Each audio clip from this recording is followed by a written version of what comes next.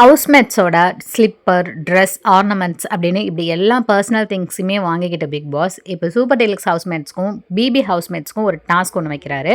அந்த டாஸ்கில் பார்த்தீங்கன்னா மொத்தம் 4 கேம்ஸ் இருக்கும். அந்த டாஸ்கில் ஈச் டீம்லேருந்து 3 பர்சன் வரணும். இப்போ அந்த 4 கேம்ஸையும் ஒரு பர்சன் விளையாடி முடிச்சதுக்கப்புறம் தான் செகண்ட் பர்சன் போவாங்க. இப்போ சூப்பர் டீலக்ஸ் ஹவுஸ்மேட்ஸ்லேருந்து விளையாடுறதுக்கு எஃப்ஜே, கனி, வினோத் வந்திருக்காங்க.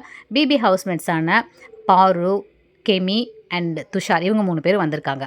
இப்போது ஃபர்ஸ்ட் பர்சன் ஒரு டீமில் இருந்து போயிட்டு அந்த 4 கேமையும் முடிச்சுட்டு 2வது பர்சன் போவாங்க.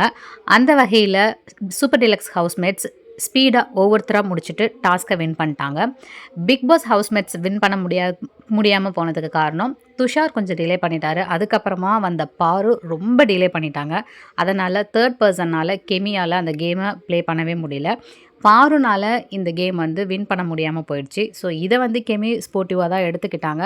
பட் இருந்தாலும் மற்ற ஹவுஸ்மேட்ஸ்க்கு கொஞ்சம் டிசப்பாயின்மெண்ட் இருந்தாலும் யாரும் வெளியில் காமிச்சிக்கல. பட் பாரு எப்பவும் போல் புலம்ப ஆரம்பிச்சிட்டாங்க. இது வரைக்கும் எந்தெந்த டாஸ்க்லலாம் தோத்தாங்களோ அது தோற்றதுக்கு காரணம் யாரோ அவங்கள சொல்லி திட்டி தீர்த்துருவாங்க. பட் இந்த டைம் அவங்க தான் முக்கியமான காரணம்.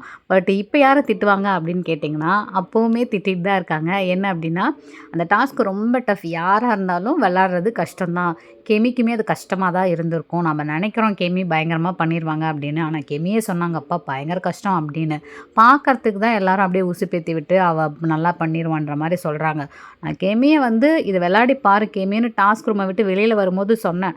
ஆனால் அப்படியே பேசிட்டு வந்துட்டு அதை விளையாடியே பார்க்கல அப்படின்ற மாதிரி ஏதாவது ஒரு வகையில் யாரையாவது குறை சொல்லணும்னு சொல்லிட்டு தான் இருக்காங்க.